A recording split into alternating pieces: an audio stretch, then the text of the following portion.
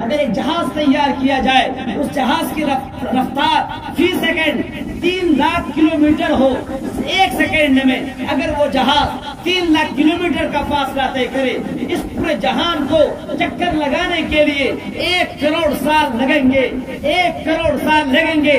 اتنی بڑی یہ دنیا ہے پروردگار نے ہمارے لیے پیدا فرمائی ہے۔ کو چھوڑ کر کسی اور کے سامنے اپنے ہاتھ کو پھیلائیں گے، ہمارا ایشور ہم سے ناراض ہو جائے گا، ہمارا اللہ ہم سے ناراض ہو جائے گا۔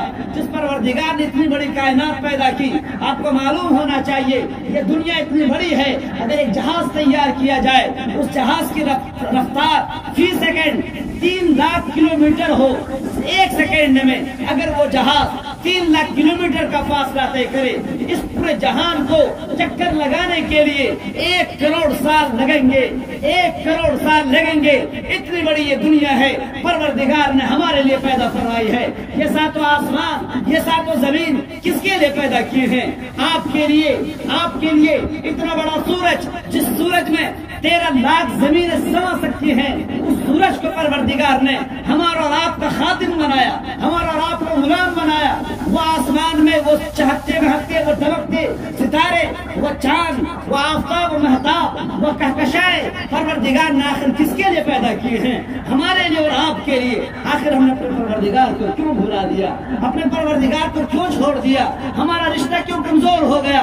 آج ہمارے پروردگار ہم سے ناراض ہو چکے ہیں، ہمارے نبی ہم سے ناراض ہو چکے ہیں۔ جس نبی نے ہمیں پیغام دیا تھا، اے لوگوں اپنے بھائی کو بھائی سمجھو، اپنے بھائی کے حقوق کو ادا کرو، اپنے پڑوسیوں کے حقوق کو ادا کرو۔ جس اسلام میں ہمیں یہ سکھایا گیا، اپنا تو اپنے، غیروں کا بھی احترام کرو، اپنے تو اپنے، کافروں کا بھی احترام کرو، غیر مسلموں کا بھی احترام کرو۔ اگر وہ پیاسے انہیں پانی پلاؤ، اگر وہ بھوکے انہیں کپڑے، انہیں کھانا کھلاؤ، اگر وہ ننگے انہیں کپڑے پہناؤ۔ یہ اسلام ہے، یہ اسلام کا میسج ہے، یہ اسلام کا پیغام ہے، یہ ہمارے نبی کا پیغام ہے، یہ ہمارے اللہ کا پیغام ہے۔